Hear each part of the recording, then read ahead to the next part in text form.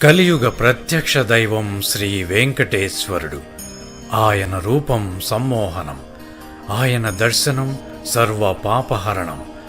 ఓం నమో వెంకటేశాయ అని భక్తితో ధ్యానించిన, ఆ స్వామి వైభవాన్ని కీర్తించిన, వినిన కోటి జన్మల పుణ్యఫలం దక్కుతుంది. తిరుమల ఏడుకొండల పరమార్థం ప్రతి ఒక్కరూ తెలుసుకోవలసిన ఆవశ్యకత ఎంతైనా ఉంది.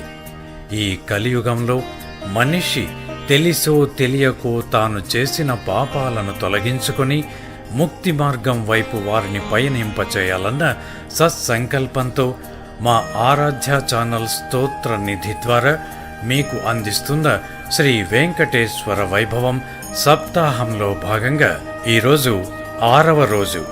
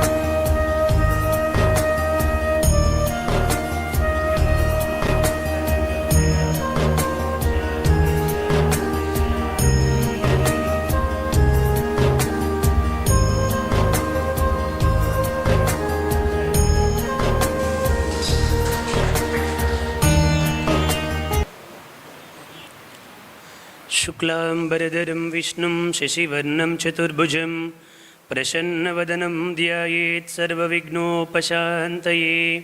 మంచివన్నీ కూడా వినాలి, పరమాత్మకు సంబంధించినటువంటివన్నీ కూడా వినాలి.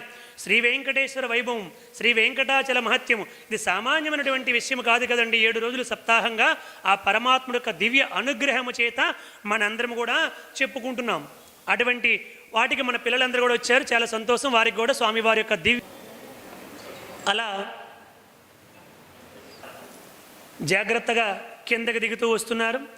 ఆ యొక్క ఎరుకల స్థానికి ఉన్నటువంటి శ్రీమన్నారాయణమూర్తి అంతర్ధానం అయిపోయారు. ఇప్పుడు ఒకులుమాత లోపలికి వచ్చేసరికి ఆకాశరాజు, ధరణీదేవి మానసికంగా సంసిద్ధులై ఉన్నారు. ఆమె లోపలికి వచ్చారు. లోపలికి రాగానే ఇద్దరు కూడా లేచి స్వాగతం పలికారు ఒకులమాతకి. స్వాగతం పలికితే ఆవిడ ఆశ్చర్యపోయింది. వీళ్ళేంటి మహారాజులు నాకు నమస్కారం చేస్తున్నారు, నాకు స్వాగతం పలుకుతున్నారు. ముందు జరిగినటువంటి కథ ఆవిడికి తెలియదు కదా. జాగ్రత్తగా స్వాగతం పలికితే మహారాజు గారు నమస్కారం అండి, మహారాణి గారు నమస్కారం అండి అంటే వాళ్ళు నమస్కారం చేస్తే పెద్దదాయి కాబట్టి ఏదో ఆశీర్వదించి అక్కడ కూర్చుంది ఆమెకి ఇచ్చినటువంటి స్థానంలో. అమ్మా ఏమిటి, దేనికి పెద్దరికం చేయడానికి వచ్చావు అని చెప్పి అడిగారు. వీళ్ళు అడగడమే నేరుగా, దేనికి పెద్దరికం చేయడానికి వచ్చావో చెప్పమ్మా అని అడిగారు. ఏమిటో పెద్దరికం అంటున్నారు, ఏమిటో నాకేం అర్థం కావట్లేదు అని అనుకుని, మహారాజా నేను పైన కొండపైన ఉంటాను, ఆ తిరుమలగిరి పైన ఉంటాను. నేను మాది చిన్న పాక, నాకు ఒక కుమారుడు ఉన్నాడు. మీరు ఏమనుకుంటారో ఏమిటో పెద్దవాళ్ళు చెప్పడానికే నాకు చాలా భయంగా ఉంది. నా కుమారుడు మీ కుమార్తె అయినటువంటి పద్మావతి దేవిని చూసి ఇష్టపడ్డాడంట. మీరు అనుమతిస్తే ఆ పద్మావతి దేవుని ఇస్తే నా కుమారుడికి ఇచ్చి పెళ్లి చేయమని మిమ్మల్ని ప్రార్థించడానికి వచ్చాను అని చెప్పి అన్నారంటండి. అనేసరికి వాళ్ళకి ముందే తెలుసు కదా అంతా కూడా. ఈవిడ అనుకున్నారు ఏమంటారో ఏముంటని భయంగా ఉంటే, ఆహా అందుకోసం వచ్చావా, సరే సరే ఇంతకీ నీకు కొడుకు ఎక్కడి నుంచి వచ్చాడు ఆ కొడుకు అని చెప్పంటే, ఆ కొడుకు నాకు పుట్టలేదు కానండి, నా కొడుకు లాంటి వాడేనండి అని చెప్పి అన్నదంట. ఆహా నీకు పుట్టలేదు కానీ నీ కొడుకు లాంటి వాడేనా, చాలా సంతోషం. మరి వాళ్ళ అమ్మా నాన్న ఎవరు అని చెప్పంటే, వాళ్ళ అమ్మా నాన్న ఎవరని చెప్పి అడిగితే దేవకీ వసుదేవులు మా అమ్మా నాన్న అంటాడండి. నన్ను పెంచినటువంటి వాళ్ళు నంద యశోదులు అంటాడండి. అంతకు పూర్వం నా తల్లిదండ్రులు దశరథ మహారాజు కౌసల్య అంటాడండి. ఏమిటేమిటో మాట్లాడతాడండి, నాకేమీ అర్థం కాదండి అని చెప్పంటే, ఏమిటి దేవకీ వసుదేవులు వాళ్ళ అమ్మా నాన్న, వాళ్ళు మాకెప్పుడో పూర్వీకులే, 10 తరాల ముందు వాళ్ళే, ఏమో తెలియదండి అదే చెబుతాడండి. కానీ నా కొడుకైతే చాలా మంచివాడండి, చాలా గొప్పవాడండి, చాలా సుగుణవంతుడండి అని తల్లిగా ఆవిడ చెప్పవలసినవన్నీ ఆవిడ చెప్పింది. అప్పుడు ఆకాశరాజు గారు అంతా విని సరేలే ఇవిడు భయపడిపోతుంది, మనం ఏమంటామో ఏమిటని చెప్పి సరేలే తప్పకుండా ఆనందంగా ఈ పెళ్ళికి మేము మనస్ఫూర్తిగా అంగీకరిస్తున్నాము అని అన్నారండి. ఒకసారి గట్టిగా కర్తాలు చేయండి. ఇప్పుడు ఒకులమాతకి మనసులో ఎలాగుందంటే ఇంకా కొండ నడిచెళ్తే ఆలస్యం అయిపోద్ది, పరిగెత్తుకుని ఎక్కేద్దామన్నంత సంతోషంగా ఉంది ఆవిడకి. ఇంకా తొందరగా వెళ్ళిపోయి నా కొడుక్కి ఈ విషయాన్ని చెప్పేయాలి, ఈ కొండంతా ఎప్పుడు ఎక్కుతాను, తొందరగా రివ్వుమని ఎగిరిపోయే శక్తి ఉంటే బాగుండు నాకు అని లోపల ఆనందం అన్నమాట.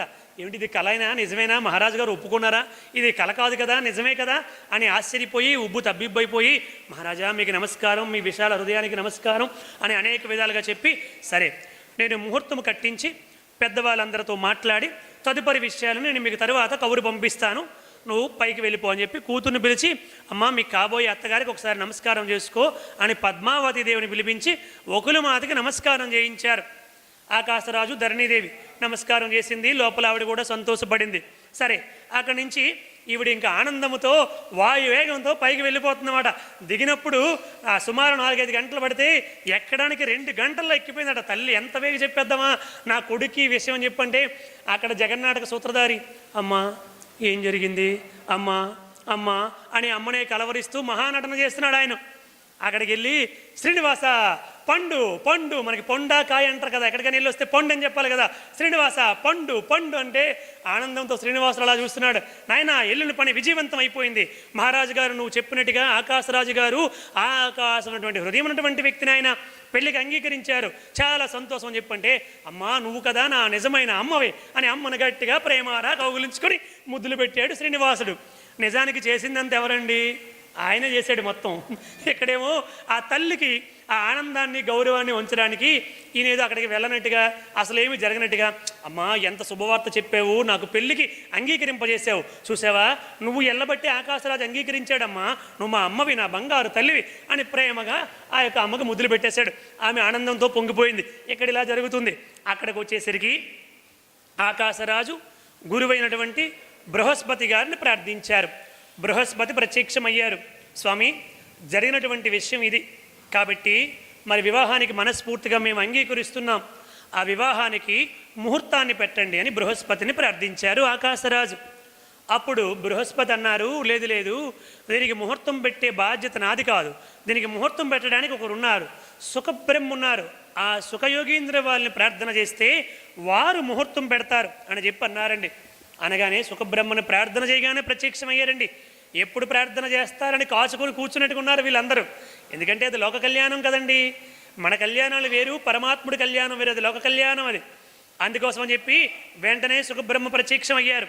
ఏమిటి నాయన అని చెప్పంటే గురుదేవాన్ని నమస్కారం చేసి ఇది విషయము కాబట్టి మా కుమార్తెని ఆ యొక్క శ్రీనివాసుడికి ఇచ్చి పెళ్లి చేయడానికి మేము అంగీకరిస్తున్నాం కాబట్టి ముహూర్తం పెట్టండి అంటే సుఖబ్రహ్మ ఎంతో ఆనందముతో తన్మయమైపోయి దీనికోసం కదా నాయన నేను ఇంతకాలం తపస్సు చేస్తూ కాచుకొని కూర్చున్నాను, ఆ పద్మావతి శ్రీనివాసుల కళ్యాణాన్ని చూడడం కోసమే నేను ఇంతకాలం నిరీక్షిస్తున్నాను, సంతోషముగా ముహూర్తం పెడతానని ముహూర్తం పెట్టారు. ఎప్పుడు పెట్టారు, వైశాఖ మాసము శుక్లపక్షము దశమి తిథి శుక్రవారం కూడా పడింది. ఆ రోజు శుక్రవారము రాత్రి 10:22 ముహూర్తము పెళ్లి ముహూర్తాన్ని పెట్టారు. ఒకసారి గట్టిగా కరతాళధ్వనులు చేయండి. వైశాఖ మాసము శుక్లపక్షము దశమి తిథి శుక్రవారము రాత్రి 10:22 ఆకాశరాజు చెబుతూ ఉంటే స్వయముగా సుఖబ్రహ్మే ఆ పెళ్లి లేఖంతా కూడా రాశారు. రాసి దానికి పసుపు ఏమేమిటి చేయాలో అవన్నీ కూడా చేసి ఆ ముహూర్తాన్ని అంతా నిర్ణయించి ఆ రోజుల్లో పెళ్లి కుమార్తె ఇంటి దగ్గరే పెళ్ళిళ్ళు జరిగాయి. వాస్తవానికి అలా జరగడమే అన్ని విధాలుగా మంచిదంట, కన్యాదాతకి ఎంతో గొప్ప అదృష్టం అంట పెళ్లి కుమార్తె ఇంటికాడ పెళ్లి చేసి పంపించడం.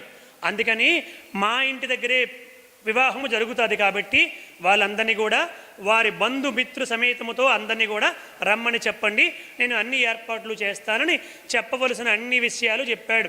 సుఖబ్రహ్మకి ఆకాశరాజు ధరణీదేవి చెప్పి నమస్కారాలు చేసి పంపించారు. అప్పుడు సుఖబ్రహ్మ అన్నారు, ఈ పెళ్లి లేక నేనే స్వయంగా పట్టుకొని 7 కొండలు ఎక్కి వెళ్ళి శ్రీనివాసుడికి ఇస్తానని చెప్పి అన్నారు. సరే అంతకంటే కావాల్సింది ఏముంది మహాత్మా అని చెప్పి అన్నారు. సుఖబ్రహ్మ 7 కొండలు నడుచుకొని ఎక్కి వెళ్ళి శ్రీనివాసుడిని కలిచారు. శ్రీనివాసుడు కలిసి శ్రీనివాసుడు కూడా కుశల బెసలన్నీ కూడా మాట్లాడుకున్నారు. ఏమీ అర్థం కావట్లేదు, యశోదమాతకు అలా చూస్తూ ఉంది. ఈ పెళ్లి లేఖ ఇచ్చి ఇది పెళ్లికి అంగీకరించారు, ముహూర్తాన్ని పెట్టాను, ఇది ఆయన ముహూర్తము వైశాఖ మాసము శుక్లపక్షము దశమి తిథి శుక్రవారము రాత్రి 10:22 ముహూర్తము. మిమ్మల్ని అందరినీ కూడా మీ కుటుంబ వార బంధుమిత్ర సపరివార సమేతముగా అందరినీ కూడా ఆహ్వానించారు, అన్ని ఏర్పాట్లు చేస్తానన్నారని అన్ని విషయాలు చెప్పారు. అప్పుడు శ్రీనివాసుడు ఎంతో సంతోషపడి నాకు ఇష్టమైనటువంటి పద్మావతి దేవి కళ్యాణ వార్తని తీసుకొచ్చినటువంటి సుఖబ్రహ్మ నీకు ఇవే నా 10,000 నమస్కారాలని చెప్పి అన్నాడండి శ్రీనివాసుడు. 10,000 నమస్కారాలు అన్నాడు. సాక్షాత్తు శ్రీమన్నారాయణుడు అంతటి వాడు తన పెళ్లికి సహాయం చేసినటువంటి సుఖబ్రహ్మకు 10,000 నమస్కారాలు చెప్పాడు.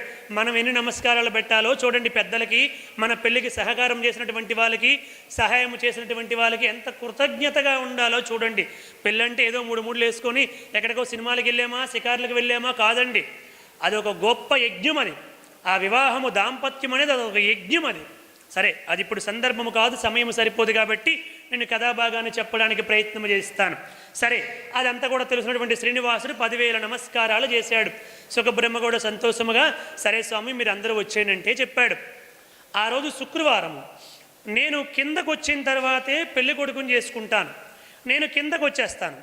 కిందకొచ్చి కిందనే పెళ్లి కొడుకుని చేసుకుంటాను. పెళ్లి కొడుకు అయిన తర్వాత కొండలు ఎక్కకూడదు, దిగకూడదు. కాబట్టి శుక్రవారము ఉదయానికి నేను కిందకు వచ్చేస్తానని చెప్పండి.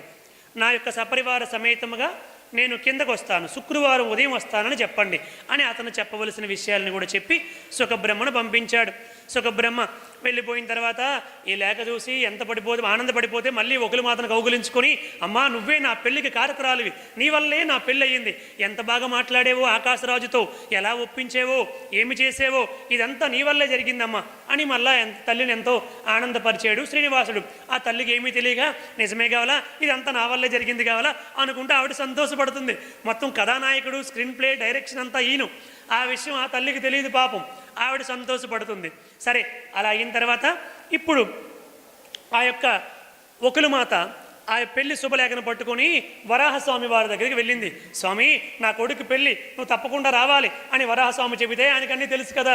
అవునమ్మా చాలా సంతోషం చాలా సంతోషం అని చెప్పి ఎప్పుడమ్మా పెళ్ళి అంటే నాకు అవన్నీ ఏమీ తెలియనైనా ఈ లేఖ చూసుకో అని చెప్పంటే ఆ లేఖ చూసి సరే నేను కొండ దిగకూడదని ఒక నియమం పెట్టుకున్నాను, వాళ్ళు పెళ్ళి అయిన తర్వాత వచ్చిన తర్వాత నేను ఆశీర్వదిస్తానులే, ప్రస్తుతానికి నేను కొండ దిగను, పెళ్ళి అంత బాగా జరుగుతుంది, అంత బాగా జరుగుతుంటే ఏమిటినైనా మాకు ఉండడానికి నువ్వే స్థానం ఇచ్చావు, నువ్వే ఇక్కడ ఉండడానికి ప్రదేశం ఇచ్చావు, ఈ కొండ నీది, నువ్వే రానంటే ఎలా నాయన అంటే దానికి కొన్ని నియమాలు ఉన్నాయిలేమ్మా, నేను రాకూడదు, నేను ఆశీర్వదిస్తున్నాను, పెళ్ళి బాగా జరుగుతుంది, నువ్వు చాలా సంతోషపడతావని ఆశీర్వదించాడు.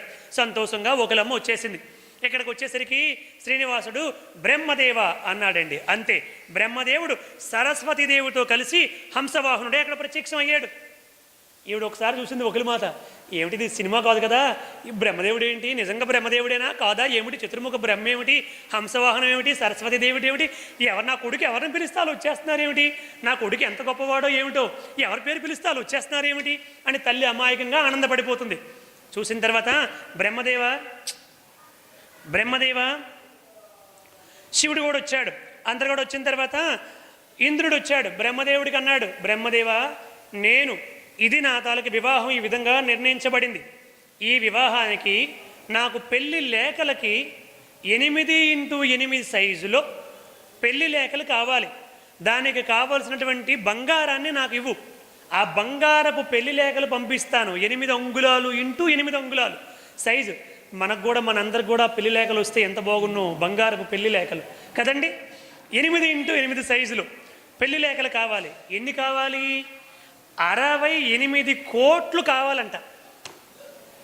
33 కోట్ల మంది దేవతలు, ఋషులు, ఇంకా వారి పరివారము, వారి శిష్యగణము, ఇలా స్వామివారికి ఎంతమంది ఉన్నారో ఆయనకు తెలుస్తుంది కదా. 68 కోట్ల పెళ్లి లేఖలు తయారు చేయడానికి కావలసినటువంటి బంగారము కావాలి అని అన్నాడు. సరస్వతీదేవి ముందుకొచ్చి, మామయ్య గారు నా రైటింగ్ చాలా బాగుంటుంది, నేను చాలా బాగా రాస్తాను, మీరు పెళ్లి లేఖలు తీసుకొస్తే నేను చక్కగా నీట్గా రాసి పెడతాను మామయ్య గారు అని అన్నది. గొప్ప కోడలవమ్మా, నా దగ్గరే ఉంటే రాసి పెడతావా నువ్వు? లక్ష్మీదేవి అలిగి కొల్హాపురం వెళ్ళిపోయింది, నా దగ్గర లక్ష్మి లేక నేను బాధపడుతుంటే రైటింగ్ బాగుంటుంది మామయ్య గారు, రాస్తానంటావా అని చెప్పి అన్నారంట ఆ యొక్క శ్రీనివాసుడు. మరి ఏం చేద్దాం మామయ్య గారు అని చెప్పంటే, నా దగ్గర డబ్బు లేదమ్మా, లక్ష్మి అలిగి వెళ్ళిపోయింది, డబ్బు లేదు, అందుకే బ్రహ్మదేవుడిని అడుగుతున్నాను, బ్రహ్మదేవా ఇవ్వంటే, అంత డబ్బు నా దగ్గర లేదండి అన్నాడు బ్రహ్మదేవుడు. వెంటనే ఇంద్ర అనగానే ఇంద్రుడు ప్రత్యక్షం అయ్యాడు. ఏమిటి నా కొడుకు ఎవరిని పిలిస్తే ఆలోచిస్తున్నారని చూస్తుంది తల్లి. ఇంద్రుడు వచ్చాడు.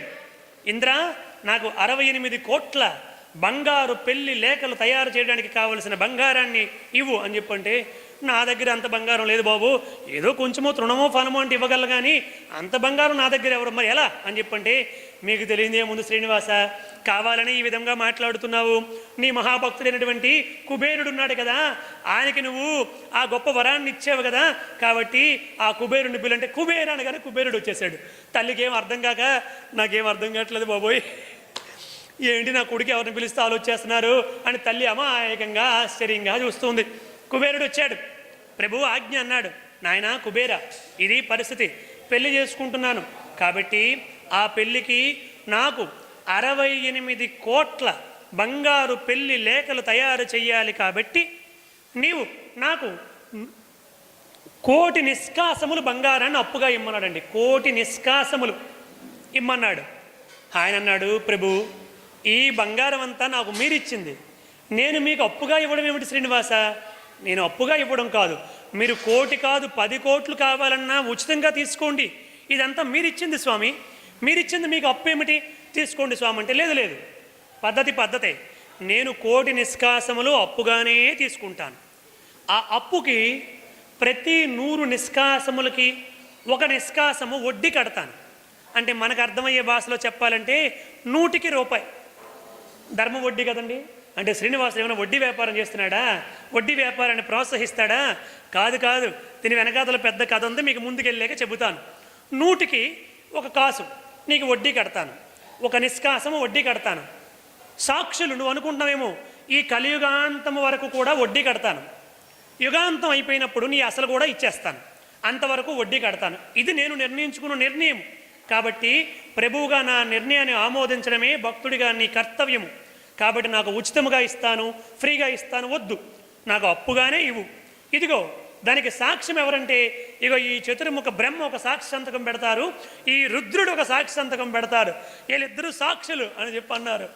దేవత అందరూ ఆశ్చర్యపోయి, స్వామి ఏమిటి స్వామి ఇది, బ్రహ్మదేవుడు సాక్ష్యం ఏమిటి, రుద్రుడు సాక్ష్యం ఏమిటి, మీకు మేము అప్పివ్వడం ఏమిటి స్వామి ఇదంతా అని చెప్పంటే, దీని వెనకాతల కథ ఏమిటంటే, ఒకానొకప్పుడు కుబేరుడు కాశీలో స్వామివారి యొక్క విగ్రహము దగ్గర కూర్చొని 1 కోటి తులసీ దళాలతో పూజ చేశాడు. కుబేరుడు 1 కోటి తులసీ దళాలతో పూజ చేశాడు. ఆ యొక్క క్షేత్ర పోషకుడైనటువంటి ఆ యొక్క స్వామివారి విగ్రహం ముందు కూర్చొని పూజ చేశాడు. తత్కారణం చేత గోపాలకృష్ణుడు అక్కడ ఉన్నటువంటి క్షేత్ర పోషకుడు గోపాలకృష్ణుడు అక్కడ ఉండి 1 కోటి ఆ యొక్క వీటితో తులసీ దళాలతో పూజ చేశాడు. 1 కోటి తులసీ దళాలతో పూజ చేసేసరికి స్వామివారి మనసులో సంకల్పించుకున్నారు, ఇంత భక్తితో, ఇంత శ్రద్ధతో, ఇంత తపనతో పూజ చేశాడు కాబట్టి ఇతను రుణాన్ని నేను ఎప్పుడు ఉంచుకోకూడదు అనుకున్నాడు. తర్వాత కుబేరుడు చాలా గొప్ప శ్రీమంతుడైపోయాడు, పరమేశ్వరు యొక్క దివ్య అనుగ్రహాన్ని పొందాడు, అతని స్థాయి పెరిగిపోయింది, పక్కన పెడదాం. ఇప్పుడు ఎలాగైనా ఆనాడు నాకు 1 కోటి తులసీ దళాలతో పూజ చేశాడు కాబట్టి ఇప్పుడు 1 కోటి నిష్కాసములు అప్పు తీసుకొని ఆ భక్తికి, ఆ చేసిన పూజకి, ఆ 1 కోటి తులసీ దళాలకి 1 కోటి నిష్కాసములు అప్పు తీసుకొని కలియుగంతము వరకు కూడా కోట్లు వడ్డీగా కడతాను, అనంతరము కలియుగాంతములో అతనికి ఆ అప్పు తీర్చేస్తాను అని చెప్పి అనుకున్నాడండి. ఇది శ్రీనివాసుని సంకల్పం. ఇది భగవంతుడికి మనం 1 రూపాయి ఇస్తే ఆయన మనకి ఎన్ని రూపాయలు ఇస్తాడో చూడండి. 1 తులసీ దళం ఇస్తే ఆయన మనకి అక్షయమైనటువంటి సంపదలన్నీ కూడా ఇస్తాడు. మనము చేసే ఈ చిన్న వాటికి పరమాత్ముడు ఇవ్వబోయేది అంత స్థాయిలో ఉంటుంది. భక్తులైన మీ అందరికీ అవన్నీ తెలియని విషయాలు కాదు, కానీ మళ్ళీ ఎప్పుడు విశ్వాసాన్ని పెంచుకోవాలి, ఎప్పటికప్పుడే వినాలి, ఎప్పటికప్పుడే చదవాలి. అప్పుడు ఏమైనా మధ్యలో ఏమైనా సమస్యలు వచ్చినా మనము వాటన్నిటిని పక్కన పెట్టి విశ్వాసాన్ని పెంచుకొని ముందుకు వెళ్తాం. అలా చెప్పాడు. అందుకోసం ఇలా జరిగింది. సరే అని చెప్పి కుబేరుడు ఇంకా చేసేది లేక అంగీకరించాడు.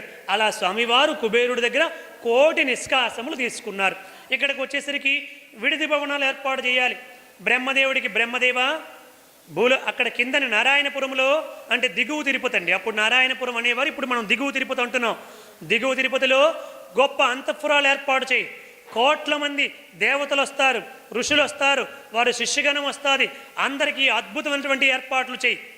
ఆకాశ హార్మ్యాలు అంతఃపురాలు నిర్మాణం చేయి. వాళ్ళందరికీ గొప్ప రాజభోగాలన్నీ ఏర్పాటు చేయి. వివాహం అయిపోయిన వెంటనే వాడిని అదృశ్యం చేసి అన్నాడు బ్రహ్మదేవుడికి శ్రీనివాసుడు.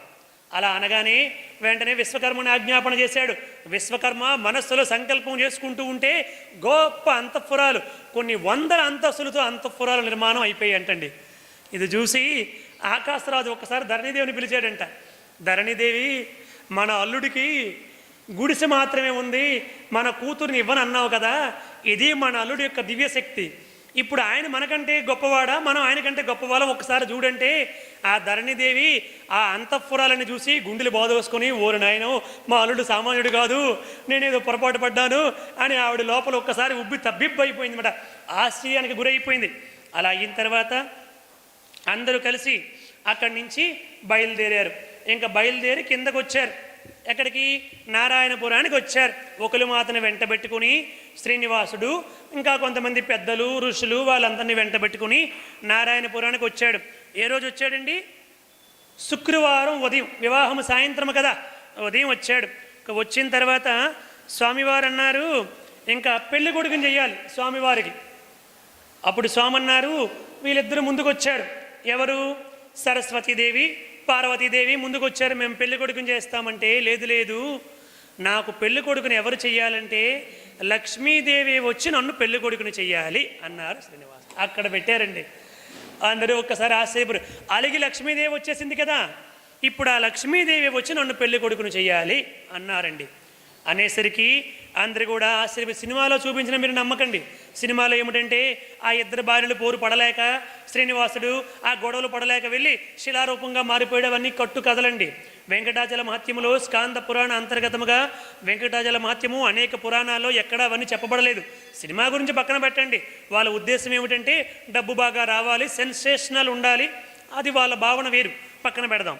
ఇక్కడికి వచ్చేసరికి లక్ష్మీదేవి నన్ను పెళ్లి కొడుకుని చెయ్యాలి అని చెప్పి అనగానే సూర్యభగవానుడు తన 7 గుర్రములతో పూజినటువంటి రథములో వాయువేగముతో లక్ష్మీదేవి దగ్గరికి వెళ్ళాడు. ఇంకా ఆయన వెనకాతల మొట్టమొదటి అక్కడ లక్ష్మీదేవికి కొల్హాపురంలో లక్ష్మీదేవి అక్కడ ఉంది కదా, అక్కడ శుక్రవారం పైపెచ్చు విశేషంగా భక్తులు వచ్చారు. అమ్మవారికి పంచాభిషేకాలన్నీ కూడా చేస్తున్నారు. ఓ భక్తులందరూ కూడా జయ బోలో లక్ష్మీమాతకు, జయ బోలో లక్ష్మీమాతకు అని జయ జయధ్వానాలు చేస్తున్నారు. అక్కడికి సూర్యభగవానుడు వెళ్ళాడు. చూసి ఆనందంతో అమ్మవారికి నమస్కారం చేశాడు. మొట్టమొదట శచీదేవి, ఇంద్రుడు భార్య శచీదేవి పట్టుచీర పట్టుకుని వెళ్ళి ఆ లక్ష్మీదేవికి ఇచ్చింది.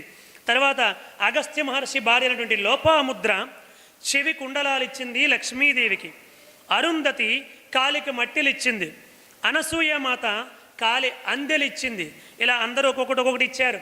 అందరిని చూసి లక్ష్మీదేవి చాలా సంతోషము, ఏమిటి అందరూ ఈ విధముగా వచ్చారు, ఏమిటి విశేషం అని చెప్పంటే, అమ్మా నువ్వు నాకు వరాన్ని ఇవ్వాలి అని చెప్పంటే, కోరుకోనైనా ఏమి వరం కావాలో కోరుకో ఇస్తాను అని చెప్పి అన్నది సూర్యుడికి.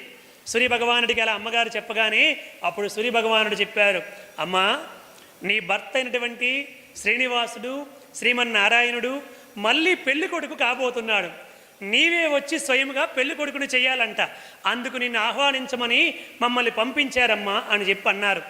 అంటే అమ్మవారు ఎంతో సంతోషంతో చాలా చాలా చాలా సంతోషం, పదనైనా ఆనందముగా వస్తానని చెప్పి అన్నారు. వీళ్ళు ఆశ్చర్యపోయి ఇది బయట ఎక్కడ ఇలా జరుగుతుందా? అమ్మవారు తన భర్తకి పెళ్లి కొడుకుని చేయడానికి ఆ భార్య స్వయంగా ఆనందముతో ఆ సూర్యభగవానుడి యొక్క రథములో కదిలి వచ్చిందండి. ఇక్కడికి వచ్చేసరికి శ్రీనివాసుడు లక్ష్మీదేవిని చూశాడు. అలిగి వచ్చేసింది కదా, అప్పటికే చాలా కాలం అయ్యింది కదా, మళ్ళీ చూసి మళ్ళీ నటన ప్రారంభించాడు. లక్ష్మీ లక్ష్మీ, ఇంతకాలానికి మరలా నా మీద నీకు ప్రేమ కలిగిందా, జాలి కలిగిందా, మరలా నన్ను చూడాలని వచ్చేవా లక్ష్మి అని మరలా నటించాడు. అప్పుడు లక్ష్మీదేవి చాలండి మీ నటనలు అని చెప్పి ఆయన్ని వారించి, మీరు జగన్నాటక సూత్రధారి అని చెప్పి మరి మనందరికీ తెలియాలి కదా, అందుకు లక్ష్మీమాత చెప్పింది. అసలు జరిగిన విషయం ఏమిటంటే, అలనాడు వేదవతిగా ఆ యొక్క సీతామాతని అపహరించినప్పుడు వేదవతి స్థానములో ఆ వేదవతి వెళ్ళింది, సీతమ్మ స్థానములో వేదవతి వెళ్ళింది. ఏడాది పాటు రావణుడి యొక్క లంకలో సీతమ్మ స్థానములో వేదవతి ఉండి అష్ట కష్టాలు పడ్డాది. అప్పుడు ఆ రామచంద్రమూర్తి వచ్చి రావణాసురుణ్ణి, కుంభకర్ణుణ్ణి, ఇంద్రజిత్తుని అందరిని కూడా సంహరించి ఆ సీతామాతను తీసుకుని రమ్మని ఆజ్ఞాపన చేశాడు. అప్పుడు విభీషణుడు వెళ్ళి సీతమ్మను తీసుకుని వచ్చాడు. అప్పుడు రామచంద్రమూర్తి సీతమ్మ అగ్నిప్రవేశం చెయ్యాలని చెప్పన్నాడు. అప్పుడు అగ్నిప్రవేశం చేసింది సీతమ్మ. ఎందుకోసం చేసిందంటే నిజానికి వచ్చినటువంటిది వేదవతని శ్రీరాముడికి తెలుసు. అందుకని వేదవతి మరలా అగ్నిలోనికి వెళ్ళిపోయింది. నిజమైన సీతమ్మను అగ్నిదేవుడు తీసుకుని వచ్చాడు. ఆ అగ్నిదేవుడితో సీతమ్మ వెనకాతల వేదవతి ఛాయారూపములో వచ్చింది. అప్పుడు సీతమ్మ, స్వామి మనిద్దరినీ కలపడానికి రామచంద్ర ప్రభు మనిద్దరినీ కలపడానికి ఈ వేదవతి ఇన్ని కష్టాలు పడ్డాది కాబట్టి ఆవిడ కూడా వివాహము చేసుకోండి అని సీతమ్మ శ్రీరామచంద్రమూర్తిని ప్రార్థించింది. ప్రార్థిస్తే శ్రీరాముడు అన్నాడు, ఈ అవతారములు అది అసాధ్యము సీత, ఎందుకంటే ఏకపత్ని వ్రతుణ్ణి మర్యాద పురుషోత్తముడిని, కాబట్టి ఈ అవతారములో ఒకటే భార్య పెళ్లి చేసుకోను, కాబట్టి కలియుగములో తప్పకుండా ఆవిడ్ని పెళ్లి చేసుకుని ఆవిడ్ని సంతృప్తి పరుస్తాను, నీ కోరిక కూడా తీరుస్తానని చెప్పి అన్నారు. అందుకోసమని చెప్పి ఆ వేదవతి ఇప్పుడు పద్మావతిగా పుట్టింది కాబట్టి వీళ్ళిద్దరికీ పెళ్లి జరగాలని నేను అలిగి భూలోకానికి వచ్చేసాను తప్ప నాకు నా స్వామి పైన ఎటువంటి కోపం లేదని జగన్మాత లక్ష్మీదేవి చెప్పింది. అది అందరూ కూడా మీలాగే కరతాలతో చేశారు, అందరూ సంతోషపడ్డారు. ఓహో, ఇది జరిగినటువంటి విషయం. అంటే వేదవతి పద్మావతి దేవిగా వచ్చింది కాబట్టి అలనాడు భర్త మాట ఇచ్చారు కాబట్టి శ్రీరామచంద్రమూర్తిగా ఆ మాటని, ఆ వరాన్ని తన భర్త మాట పోకూడదు కదా, అందుకని లక్ష్మీదేవి అలిగి భూలోకానికి వచ్చేసింది. అందుకే శ్రీనివాసుడి భూలోకానికి వచ్చాడు. వచ్చి వేదవతిని వివాహం చేసుకుంటున్నాడు. ఇది విషయం అని చెప్పింది. అందరూ సంతోషపడ్డారు. సంతోషపడిన తర్వాత ఇంకిప్పుడు స్వామివారికి ఆ లక్ష్మీదేవి వచ్చి శంపంగి నూనె రాసిందంట తలకి. శంపంగి నూనె రాసింది ఆనందముగా. సరస్వతీదేవి కోడలు కదా, బ్రహ్మదేవుడి భార్య. ఆ సరస్వతీదేవి వచ్చి స్వామివారి తలలో ఉంగరాలు జుత్తు కదండి, ఆ చిక్కులు తీర్చిందంట. మామయ్య గారు భూలోకానికి వచ్చారు కదా, వాళ్ళు కూడా కొంచెంసేపు సరదాగా మనలాగా మాట్లాడుకోవడం మొదలుపెట్టారు. మామయ్య గారు, ఏమిటి మామయ్య గారు మీ తల్లో ఇన్ని చిక్కులంటే, ఇవన్నీ భూలోకంలో మానవులు పెట్టిన చిక్కులేనమ్మా ఈ చిక్కులన్నీ అని చెప్పి అన్నాడంట. ఆ చిక్కులని కూడా తీర్చుతూ చక్కగా నవ్వుకుంటూ మాట్లాడుకుంటూ వచ్చారు. సున్నిపిండి తీసుకొచ్చి ఆ నలుగంతా కూడా పెట్టారు. స్వామివారికి 5,000 బిందెలతో స్నానం చేయించారంటండి. 5,000 బిందెలతో. ఇంకా అక్కడ ఉన్నటువంటి వాళ్ళందరూ కూడా సంతోషముగా స్వామివారికి జై జయధ్వానాలు చేసుకుంటూ స్నానాలు చేయించారు. కుబేరుడు ఇచ్చినటువంటి నగలతో స్వామివారిని అద్భుతముగా అలంకరించారు. కుబేరుడు గొప్ప కిరీటము, వజ్ర వైడూర్య మర్కత మాణిక్యాలు పొదవటువంటి కిరీటం ఇచ్చాడు. భుజకీర్తులు ఇచ్చాడు. స్వామివారికి వడ్డానం ఇచ్చాడు. చేతులకి కంకణాలు ఇచ్చాడు. అనేక రకాలైనటువంటి ఆభరణాలన్నీ కూడా ఇచ్చారు. ఆ ఆభరణాలతో స్వామివారిని చక్కగా అలంకరించారు. ఋషులు వచ్చి, సప్త ఋషులు వచ్చి ఆ యొక్క పీతాంబరాలు ఇచ్చారు స్వామివారికి. అలా ఒక్కొక్కరికి ఇచ్చారు. అక్కడికి వెళ్ళేసరికి లక్ష్మీదేవి దగ్గరికి మళ్ళీ వీళ్ళందరూ కూడా అక్కడికి వెళ్ళారు. లక్ష్మీదేవి, పార్వతి, సరస్వతి.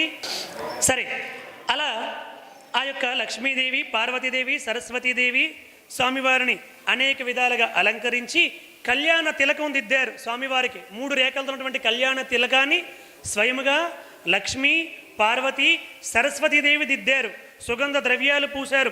అనేక విధాలుగా చేశారు. ఇంకక్కడ మరి అక్కడికి వెళ్ళేసరికి ఆమెను కూడా చక్కగా అలంకరించారు. వీళ్ళందరూ మళ్ళీ అక్కడికి వెళ్ళారు. అక్కడికి వెళ్ళి అనేక విధాలుగా అలంకరించారు. అలంకరిస్తే ఆమె ఎంతో సంతోషపడింది. సంతోషపడి ఇప్పుడు పురుషుడికి ఇంత అలంకారం ఉంటే స్త్రీ ఆ యొక్క లోకం అందరికీ కూడా సౌందర్యం ఇచ్చినటువంటి ఆ ఆది మహాలక్ష్మీ మాత అంశ అయినటువంటి పద్మావతి దేవికి ఇంకెంత అలంకారాలు ఉంటాయండి. ఆవిడ ఇంకా అద్భుతంగా అలంకారాలు చేశారు. అలా అన్ని అలంకారాలు చేసిన తర్వాత ఇక్కడికి వచ్చిన తర్వాత కానుకలు ఇవ్వడం ప్రారంభించారు.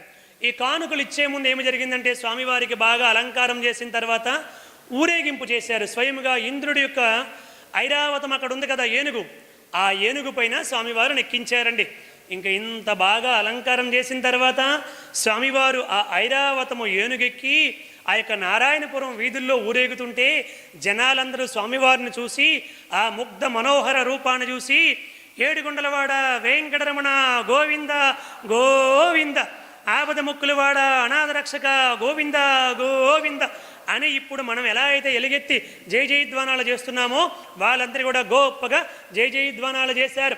అందరూ కూడా అక్కడే ఉన్నారు. అలా చేస్తూ ఉంటే ఊరేగింపు మొదలైంది. అలా వస్తూ ఉంటే ప్రజలందరూ కూడా ఆనందంతో జై జయధ్వానాలు చేస్తూ ఉంటే పద్మావతి దేవికి చెలికెత్తెలందరూ, అమ్మా నీ యొక్క ప్రియుడిని, నీ కాబోయే భర్తని ఆ రోజు ఎప్పుడో చూసావు, ఇంతవరకు చూడలేదు, ఇప్పుడు ఒక్కసారి చూస్తావా అని పైకి తీసుకొచ్చారు, అంతఃపురం పైకి. సరే చూస్తానని చెప్పి ఆవిడ వచ్చింది. ఆవిడ పైకి వచ్చి చూసేసరికి ఆ యొక్క ఏనుగు పైన స్వామివారు వెళ్తున్నారు కదా, అలా వెళ్తూ ఆ ఏనుగు అక్కడ ఆగింది. స్వామివారు ఒక్కసారి అంతఃపురం వైపు చూశారు, పద్మావతీదేవి ఉన్నటువంటి అంతఃపురం వైపు. ఆవిడ చూసింది, అమ్మో నా వైపు చూస్తున్నాడా అని సిగ్గుతో తలదించుకుంది. ఆవిడ తలదించుకుంటే ఈయన చూస్తున్నాడు. అంటే హరి చూస్తే సిరి చూడదు, సిరి చూస్తే హరి చూడడు. అలా ఇద్దరు కొద్దిసేపు సిగ్గుతో ఆయన చూసేసరికి ఈవిడ తలదించుకోవడము, ఈయన చూసేసరికి ఆవిడ తలదించుకోవడము ఇలా జరుగుతూ వచ్చింది. ఇంతలోపు అది ఊరేగింపు కదా, ఆ ఐరావతం ముందుకెళ్ళిపోయింది. ముందుకెళ్ళిపోగానే ఆ యొక్క పద్మావతి దేవి చూసి, ఛీ ఈ ఆడవాళ్ళకి ఈ సిగ్గు అనేది ఒకటి ఉండబట్టి కదా నాకు కాబోయే భర్తని ప్రేమారా చూడలేకుండా అయిపోయాను, కాబట్టి కలియుగంలో ఆడవాళ్ళు ఎవరికి సిగ్గు లేకుండా అయిపోతుంది కాకని చెప్పించిందని అని కొంతమంది పెద్దలు గురువులు అంటూ ఉంటారు. అందుకే ఇప్పుడు సరే అమ్మవారు చెప్పించారా లేదన్నది పెద్దవాళ్ళు సరదాగా చెప్పారు, పక్కన పెడదాం. కానీ ఇప్పుడు మామూలుగా మీరు చూడండి, ఇప్పుడు వివాహాలు పిల్లలు ఎవరికైనా సిగ్గుందా? సిగ్గు అంటే ఏమిటి అన్నట్టుగా ఉన్నారు వీళ్ళు. వాడు సిగ్గుపడుతున్నాడు లాస్ట్కి, మిస్టర్ ఏం చదువుకున్నావు నువ్వు అని ఈ అమ్మాయి అడిగితే వాడు ఏంట్రా బాబు ఇదేంటి పరిస్థితి ఏం బాగోలేదు, ఏం చదువుకున్నావు అని ఇట్లా కళ్ళు ఎగరేసి మరి అడుగుతుంది అని వాడు భయపడిపోతున్నాడు లాస్ట్కి. ఇప్పుడు జనరేషను రివర్స్ అయిపోయింది అన్నమాట. ఇట్లా ఉంది సిగ్గు, ఇప్పుడు వాళ్ళకి లేదు, ఇప్పుడు సిగ్గుపడవలసి వస్తుంది. అట్లా అడుగుతున్నారు. జీతం ఎంత, అదేమిటి ఇదేమిటి, బైక్ ఉందా, అది ఉందా, ఫ్లాట్ ఉందా, కారు ఉందా అన్నీ అడిగేసరికి ఈ పెళ్ళి వద్దులేరా బాబు అని వెళ్ళిపోయే పరిస్థితి వచ్చేసింది ఆడికి లాస్ట్కి. అట్లా ఉంది ఇప్పుడు కలియుగం. దీని అందరికీ కారణం ఏమిటని చెప్తున్నారంటే పెద్దవాళ్ళు గురువులు ఆనాడు పద్మావతి దేవి కలియుగంలో ఆడవాళ్ళు ఎవరికి సిగ్గు లేకుండా అయిపోతుంది కాక అని శపించబట్టి ఇలా అయ్యారని చెప్తున్నారన్నమాట.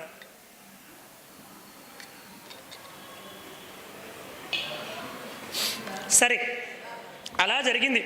అలా జరిగిన తర్వాత అందరూ కూడా ఆశ్చర్యపోయి ఆహా ఆ యొక్క ముగ్ధ మనోహర రూపాన్ని చూసి అందరూ కూడా ఆనందంతో జయ జయధ్వానాలు చేశారు. శ్రీనివాసుడు ఆ విధముగా ఐరావతంపై ఊగుతూ చక్కగా ముందుకు వెళ్ళారు. ఒక్క 5 నిమిషాలు మీరు సమయం ఇస్తే ఈ భాగాన్ని పూర్తి చేసి ఆపేస్తాను. ఇంకా అందరూ కూడా అనేక కానుకలు ఇచ్చారు. మరి పెళ్ళంటే కానుకలు ఇవ్వాలి కదా. ఇంద్రుడు వచ్చాడు. ఇంద్రుడు వచ్చి గంట ఇచ్చాడు స్వామివారికి. కుబేరుడు వచ్చాడు, లీలా పద్మము తామర పువ్వు ఇచ్చాడు. వాయుదేవుడు వచ్చి వన్యస్రజం ఇచ్చాడు. వరుణుడు వచ్చి వస్త్రాలు ఇచ్చాడు. ఈశానుడు వచ్చి ఈట ఇచ్చాడు.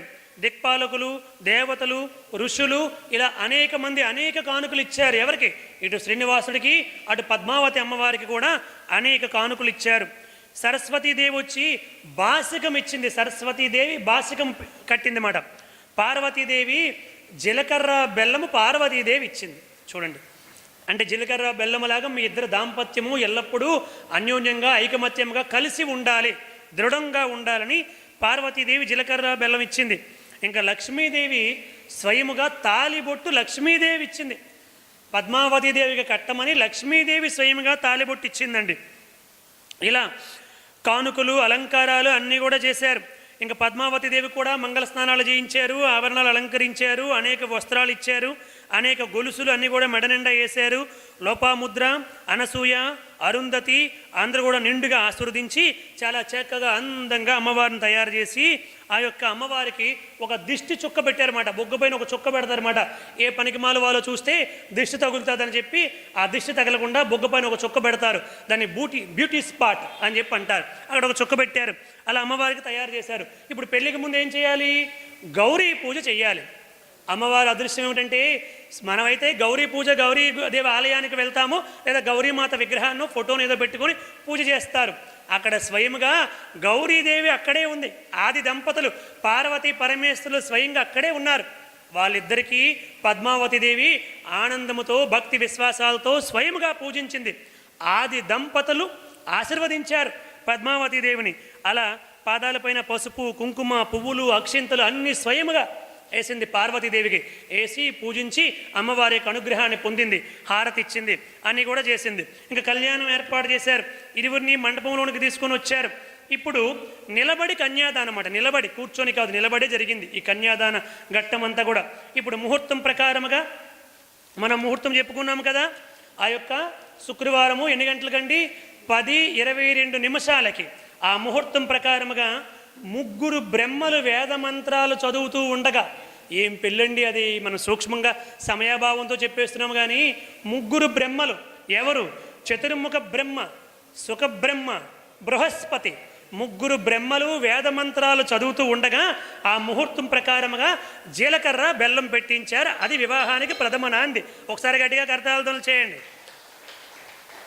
అలా చేసిన తర్వాత గ్రహాలు, నక్షత్రాలు అన్నీ కూడా జయహో జయహో శ్రీనివాస, జయహో శ్రీనివాస అని జయ జయధ్వానాలు చేస్తూ ఉండగా, సంకల్పాలు చేస్తూ ఉండగా మంగళసూత్ర ధారణటువంటిది జరిగింది. అది అలా వివాహం జరిగింది.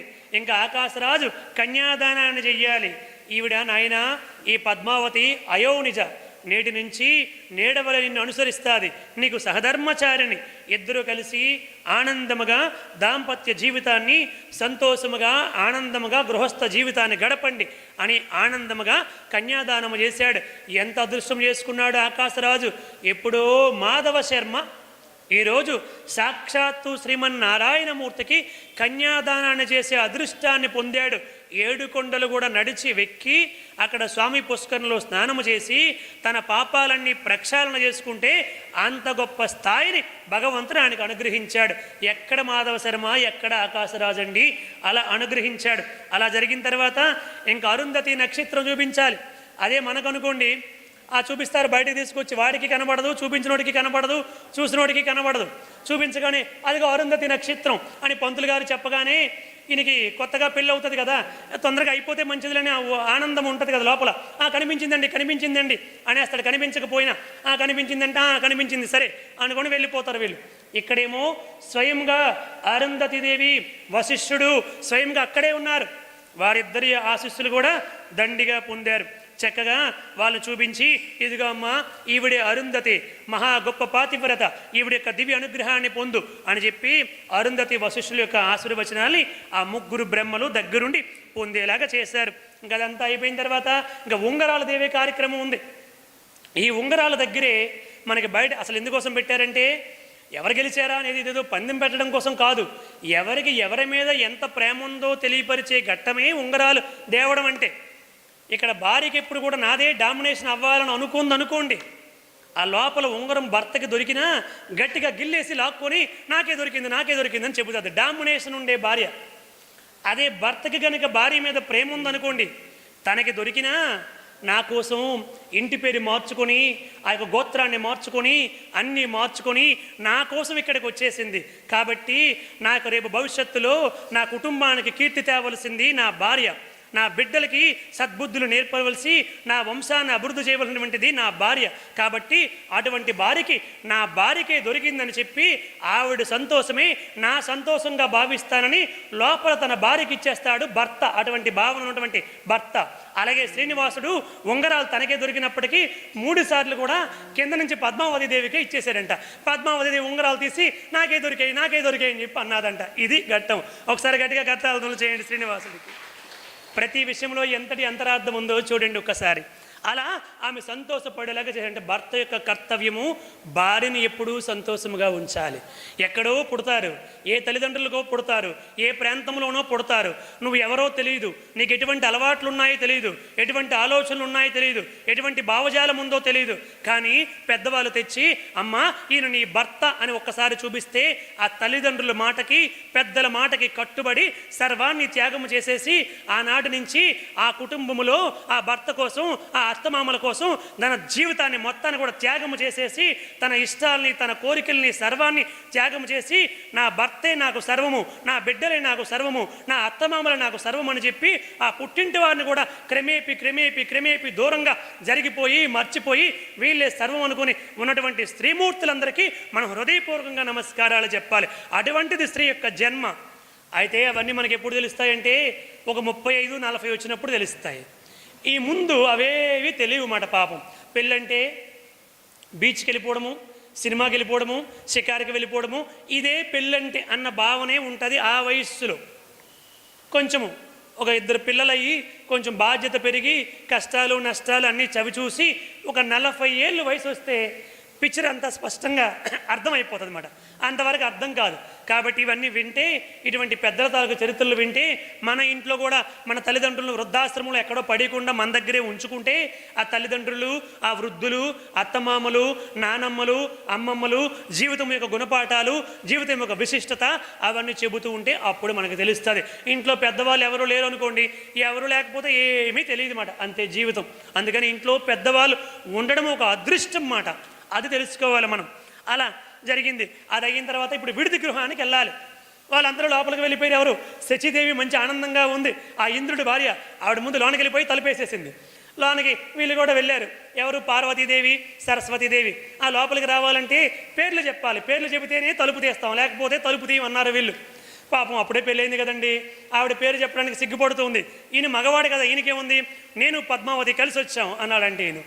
సరే నువ్వు పక్కకి వెళ్ళిపోనైనా, చెప్పమ్మా ఎవరెవరు వచ్చారు అని పద్మావతి దేవికి అడిగారు. ఆవిడ సిగ్గుతూ నేను శ్రీనివాసుడు కలిసి వచ్చాం అన్నదంట. మాకు వినిపించలేదు, గట్టిగా చెప్పాలి అన్నారు వీళ్ళందరూ లోపల నుంచి. ఇంకా వాళ్ళు కూడా మళ్ళీ మన కొంచెం గట్టిగా చెప్పింది, నేను శ్రీనివాసుడు కలిసి వచ్చాము తలుపు తీయండి అని చెప్పండి. వినిపించలేదు, గట్టిగా చెప్పండి అని చెప్పి అన్నారంట. ఇంకా అప్పుడు గట్టిగా ఇంకేముంది, సిగ్గు వదిలేసి నేను శ్రీనివాసుడు కలిసి వచ్చాము తలుపు తెరవండి అని చెప్పంటే అప్పుడు ఆనందంగా తలుపు తెరిచారంటే భర్త పేరు చెప్పడానికి భార్య అంత ఆలోచిస్తుందన్నమాట. భర్త పేరు కూడా చెప్పదు, ఆ మొట్టమొదటిసారి చెప్పిస్తారన్నమాట. ఆ విధముగా సంతోషముగా ఆ సంతోష ఘట్టములో చెప్పిస్తారు అంతే. ఆ తర్వాత నుంచి ఎప్పుడు పేరు కూడా చెప్పదు. ఇప్పుడంటే ఏవేవో చెప్పేస్తున్నారు, పనికిమాల మాటలని మాట్లాడుతున్నారు. అవి ఇప్పుడు మనం ఈ వేదిక మీద మాటలు కూడా ఆడకూడదు, పక్కన పెడదాం. ఆ రోజుల్లో పేరు అడిగితే ఎవరైనా పక్కన ఉన్న వాళ్ళని, ఒరే బాబు మీ చిన్నాన్న పేరు అంటే ఏమిటో చెప్పురా అని పక్కనున్న వాడిని పిలిచి చెప్పించేవారు, పేరు చెప్పేవారు కాదు భార్య.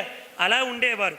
సరే అలా అయిన తర్వాత ఇంకా లోపలికి వెళ్ళిన తర్వాత ఇద్దరితో పాటలు పాడించారు, మాట్లాడించారు, ఆటలాడించారు. అలా అనేక రకాలైనటువంటి సంగీత సాహిత్యాది క్రతువులన్నీ ఏర్పాటు చేశారు. సంతోషముగా ఇద్దరు కూడా ఉన్నారు.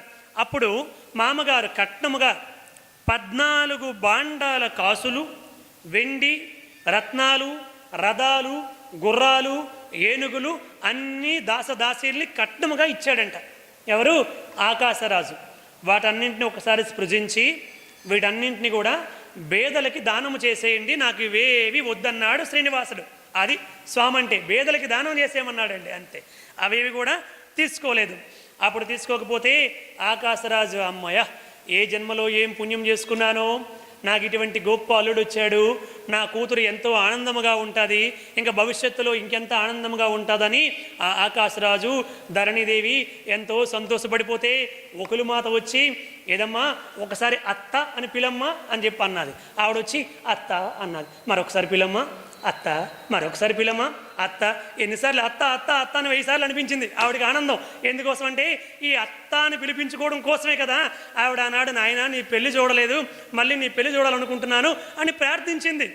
బయట ప్రపంచంలో కూడా ఇది కట్ చేసి బాబు, మళ్ళీ ఇప్పుడు కాదులే తర్వాత కట్ చేద్దులే. బయట కూడా ఇక్కడ ఉన్నటువంటి వాళ్ళందరికీ స్త్రీలు ఎక్కువ ఉన్నారు కాబట్టి చెబుతున్నాను, ప్రతి ఒక్కరికి కూడా అత్త అనిపించుకోవాలని కోరిక లోపల ఉంటుంది కదండి. ఆ కొత్తగా కోడలు వస్తే, కోడలా ఏది కొంచెం కాఫీ పెట్టు, కోడలా కొంచెం టీ పెట్టు, కోడలా కొంచెం తలకి నూనె రాయు అంటే ఈ అత్తకి ఎక్కడో స్వర్గానికి బెత్తుడు దూరంలో ఉన్నట్టుగా ఉంటుందంటండి. అది లోపల ఆ కోరికలు ఉంటాయన్నమాట. మనం కూడా ఒక్కసారి అదమాయిసి చెలాయించాలి, కోడలకి గౌరవం నేర్పాలి, అత్తతో మంచి ఆ పెత్తనం చెలాయించాలి అని ఉంటుందట, సహజం అంట. అందుకని ఆ యొక్క యశోదమాత కూడా పద్దాకంటే ఒకలు మాత, పద్దాక ఏదేమో ఒకసారి అత్త అని పిలని ఓ అత్త అత్త అత్త అత్త అని పిలిపించుకొని పొంగిపోయిందంట ఆవిడ. ఇది ఈనాటి కథాభాగం. మిగతా కథాభాగాన్ని రేపటి రోజు యథావిధిగా 6 గంటలు, రేపటితో మన సప్తాహం ముగింపు. రేపటితో మిగతా భాగాన్ని పూర్తి చేసే శక్తిని సత్యసాయి పరమాత్ముడు నాకు ప్రసాదించాలని కోరుకుంటూ సాయిరాం. ఏడుకొండలవాడ వెంకటరమణ గోవింద గోవింద, ఆపద మొక్కులువాడ అనాథ రక్షక గోవింద గోవింద గోవింద గోవింద. హరే రామ రామ రామ హరి హరే, హరే కృష్ణ కృష్ణ కృష్ణ హరి హరే.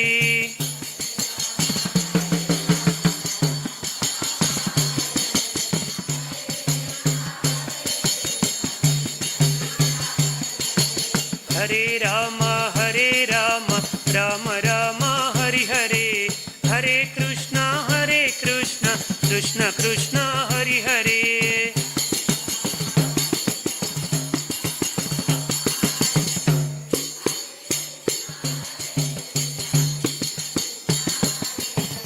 మంగళం కోశలేంద్రాయ మహనీయ గుణాత్మనే చక్రవర్తి తనూజాయ సార్వభౌమాయ మంగళం. వేద వేదాంత వేద్యాయ మేఘశ్యామలమూర్తయే పుంసాం మోహన రూపాయ పుణ్యశ్లోకాయ మంగళం. శ్రీకాంతాయ కళ్యాణ నిదయే నిదయేర్దినాం శ్రీవేంకట నివాసాయ శ్రీనివాసాయ మంగళం. ఉమాకాంతాయ కాంతాయ కామితార్థప్రదాయిని శ్రీగిరీశాయ దేవాయ మల్లినాదాయ మంగళం. సర్వం శ్రీ సాయిరామార్పణమస్తు. స్వస్తి. Thanks for watching. Please comment, like, share and subscribe our channel.